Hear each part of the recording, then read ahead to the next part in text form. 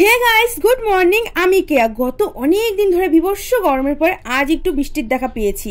বাইরে যেমন জোরে বৃষ্টি হচ্ছে সেমনই জোরে চলছে হাওয়া। আচ্ছা, বাইরে যেমনই ওয়েদার হোক না কেন ঘরের কাজ তো করতেই হবে, এটা কম্পালসারি। তাই আর কি ঘরে এসে নিজের বিছানাটা তুলে নিচ্ছি। আর আজকে এত লেট করে উঠেছি, মা সব কাজ করে নিয়েছে, তবুও নিজের রুমটা একটু ঝাড় দিয়ে দিলাম। এরপর রান্নাঘরে গিয়ে নিজের জন্য একটু লেবু জল করে নিয়েছিলাম। লেবু জল খেতে খেতে চোখে পড়লো বৃষ্টির পর বাইরের গাছপালাগুলো মনে হয় একটু বেশি সুন্দর হয়ে যায়।